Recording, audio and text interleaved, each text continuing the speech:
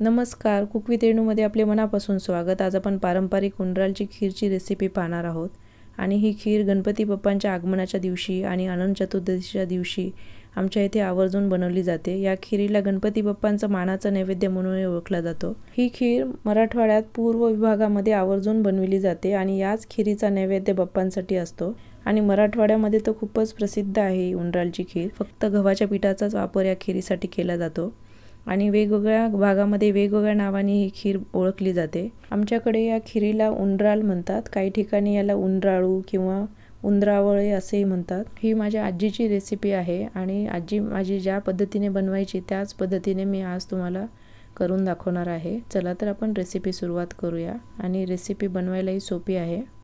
उंडरालची खीर बनवण्यासाठी 2 वाट्या मी बारीक गव्हाचं पीठ घेतलेलं आहे, जे आपण नॉर्मल चपातीसाठी जे वापरतो तेच कणिक आहे। मी वाटीच्या प्रमाणामध्ये तुम्हाला ही रेसिपी करून दाखवत आहे आणि आता चवीपुरता थोडंसं मीठ टाकून घ्यायचं आहे। अंदाजे 1-2 चिमूटभर मीठ टाकलेलं आहे। कोणत्याही गोडाच्या पदार्थाला मिठामुळे छान चव येते। आता आपण यामध्ये 1 चमचाभर तूप टाकून घ्यायचं आहे। तुपाऐवजी तुम्ही तेलही यामध्ये टाकू शकता किंवा नाही टाकलं तरी चालेल। आता आपल्याला कणिक मळून घ्यायचं आहे। थोडं पाणी टाकून आपल्याला गठ्ठ गोळा करून घ्यायचा आहे। एकदाच खूप पाणी टाकायचं नाही, थोडं लागेल तसं आपण पाणी टाकत आता मळून घेणार आहोत आणि पीठ आपलं सैलसर झालं नाही पाहिजे, अगदी गठ्ठ आपल्याला टाईट हे मळून घ्यायचं आहे। पीठ गठ्ठ असले की उंडराल आपल्याला पटापट बनवता येतात आणि ते चिटकत देखील नाही, त्यामुळे पीठ आपण असंच थोडंसं गठ्ठसरच तिंबून घ्यायचं आहे आणि आता एक 5-10 मिनिट हे झाकून मी ठेवून देणार आहे। आता गूळ मी बारीक चिरून घेतलेला आहे आणि आता मी वाटीने मोजून दाखवते तुम्हाला। बरोबर 1 फुल वाटी भरून मी गूळ घेतलेला आहे आणि आता मी वाटीने पाणी मोजून घेणार आहे। अंदाजे 3-4 वाट्या मी पाणी आता टाकून घेत आहे। उंडराल शिजण्याकरिता पाणी थोडं आपल्याला जास्तीच टाकायचं आहे आणि जर आपण गुळामध्ये पाणी टाकून ठेवलं तर पटकन विरघळले जाते, मग आपल्याला हे गरम करून घेण्याची आवश्यकता पडत नाही। गूळ पटकन विरघळण्यासाठी मी आता हे गरम करून घेणार आहे। गुळामध्ये बऱ्याचदा कचरा किंवा काही कण असू शकतात, त्यामुळे आपण हे असं पाणी करून गाळून घ्यायचं आहे, जेणेकरून गुळामध्ये जर काही कचरा असेल तर ते गाळल्याने निघून जाईल। आणि आता आपण हे पाणी खीरीसाठी वापरणार आहोत। बघा किती बारीक कचरा यामध्ये निघालेला आहे आणि जर कचरा तसाच राहिला असता तर मग खीर आपली कचकच लागली असती। आता मी अजून 1 वाटीभर पाणी टाकून घेतलेलं आहे आणि आता हे गॅसवर मी गरम करत ठेवलेलं आहे। आता आपण उंडराल करून घ्यायचं आहे। आता गव्हाच्या पिठाला आपण पुन्हा एकदा छान मळून घेणार आहोत आणि पीठही 5-10 मिनिटांमध्ये छान भिजलेलं आहे।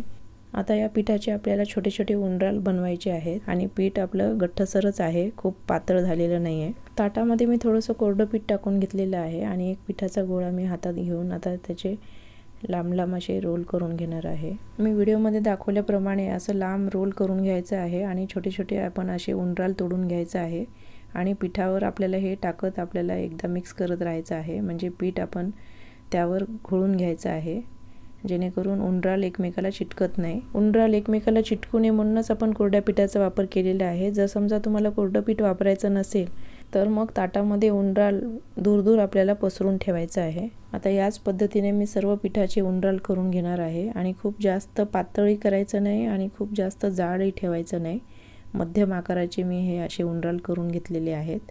आता हे पिठामध्ये सर्व घोळून झालेलं आहे। आता आपण हे पीठ चाळून घेणार आहोत, खूप एक्स्ट्राचं जे काही पीठ असेल ते त्याने निघून जाईल आणि आता हे एकही आपले उंडराल चिटकलेले नाहीत, सर्व मोकळे आहेत आणि जर समजा पिठावर हे घोळवले नसते तर मग एकमेकाला ते चिटकून राहिले असते। आता हे माझं प्रमाण कमी होतं म्हणून लवकर झालेले आहे। जर समजा प्रमाण जास्त असेल तर मात्र हे बनवण्यासाठी थोडासा टाईम जास्त लागू शकतो। उंडराल असं कोरड्या पिठामध्ये घोळून घेतल्यामुळे खीरीला दाटसरपणा पण खूप छान येतो।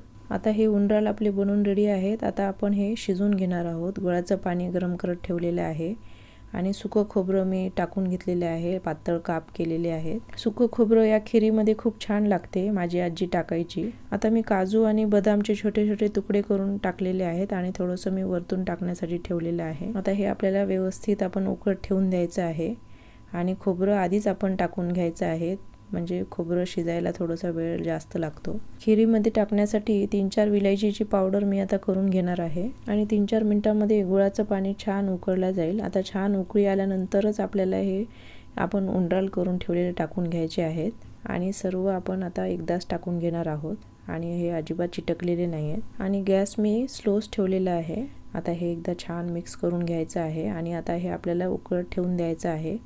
कमीत कमी एक 10-12 मिनटं तरी आपल्याला हे स्लो गॅसवर आपल्याला शिजवून घ्यायचं आहे. आपलं प्रमाण कमी आहे त्यामुळे हे पटकन होईल. आणि गॅसची फ्लेम आपल्याला स्लोच ठेवायचं आहे, नाहीतर तळाशी चिटकून बसेल खीर. आणि हे सतत आपल्याला ढवळत राहायचं आहे, खाली चिटकलं नाही पाहिजे. आणि आता इलायचीची पूड मी टाकून घेतलेली आहे. माझी आई या खिरीमध्ये चारोळीसुद्धा टाकते, पण मी आज चारोळी टाकलेली नाही आहे. मी फक्त काजू, बदाम आणि सुकं खोबरं टाकलेलं आहे. आता हे शिजले की नाही आपण चेक करूया. आता एक मी दाबून पाहते, छान तुटत आहे, म्हणजे हे झालेलं आहे. आणि हे तरंगून वर पण आलेलं आहे, म्हणजे हे हलकं झालेलं आहे आणि शिजत आलेलं आहे. उंडराल शिजत आलं की हे आपोआपच वर तरंगू लागते. आणि आपण आता हे एखादं मिनिटभर ठेवून गॅस बंद करून घेणार आहोत. आणि आता हे आपली खीर बनून रेडी आहे. आणि ही खीर थोडीशी पातळच ठेवायची, कारण थंड झाल्यानंतर ते आणखीन घट्ट होते. आणि ही खीर आपण ज्या दिवशी बनवतो त्यापेक्षाही दुसऱ्या दिवशी ही खीर खायला खूपच छान लागते. एका सर्विंग बाउलमध्ये मी आता खीर सर्व काढून घेते. आणि बघा 2 वाटीचं हे बाउलभर झालेलं आहे. आणि वरून थोडंसं मी काजू आणि बदाम टाकून घेतलेलं आहे. आणि मस्त आपली खीर बनलेली आहे. गणपती बाप्पाचं हे आवडतं नैवेद्य आहे. बघा किती मस्त दिसत आहे खीर. आता मी हे सर्व करते. असं खिरीला छान कलर येण्यासाठी लालसर गूळ आपण वापरायचा आहे, खूप जास्त काळपट गूळ वापरायचं नाही. तूप तुम्ही तुमच्या आवडीनुसार यामध्ये टाकू शकता. आणि आता आपल्याला यावर मस्त दूध टाकून घ्यायचं आहे. दूध आणि तूप टाकल्यानंतर या खिरीची टेस्ट तर अजूनच वाढते. आणि ही खीर खायला खूपच चविष्ट लागते. आणि पुन्हा पुढच्या गणपतीपर्यंत या खिरीचा आस्वाद घेण्यासाठी आपल्याला वाट पाहावी लागते. इतकी मस्त आपली खीर बनते. उंडरालची खीर करतेवेळी फक्त एकच आपण विशेष काळजी घ्यायची की आपण उंडराल बनवताना खूप जास्त पातळही करायचं नाही किंवा खूप जास्त जाडही करायचं नाही. जर खूप जास्त पातळ केले तरी पण ते चिवट लागतात. यापेक्षा थोडेसे जाडसर असले तरी चालेल, पण खूप जास्त पातळ नको. उंडराल शिजवताना खूप जास्त वेळी त्याला ओव्हरकुक करायचं नाही, नाहीतर ते खूप चिवट लागतात. आणि तुमच्या भागामध्ये या खिरीला काय म्हणतात मला कमेंट करून नक्की सांगा. ही माझ्या आजीची रेसिपी आज मी तुमच्यासोबत शेअर केलेली आहे. आणि ही पारंपरिक खिरीची रेसिपी तुम्हाला कशी वाटली कमेंट करून नक्की सांगा. आणि रेसिपी आवडल्यास लाईक, शेअर, सबस्क्राईब करायला विसरू नका. आणि रेसिपी पाहिल्याबद्दल खूप खूप धन्यवाद.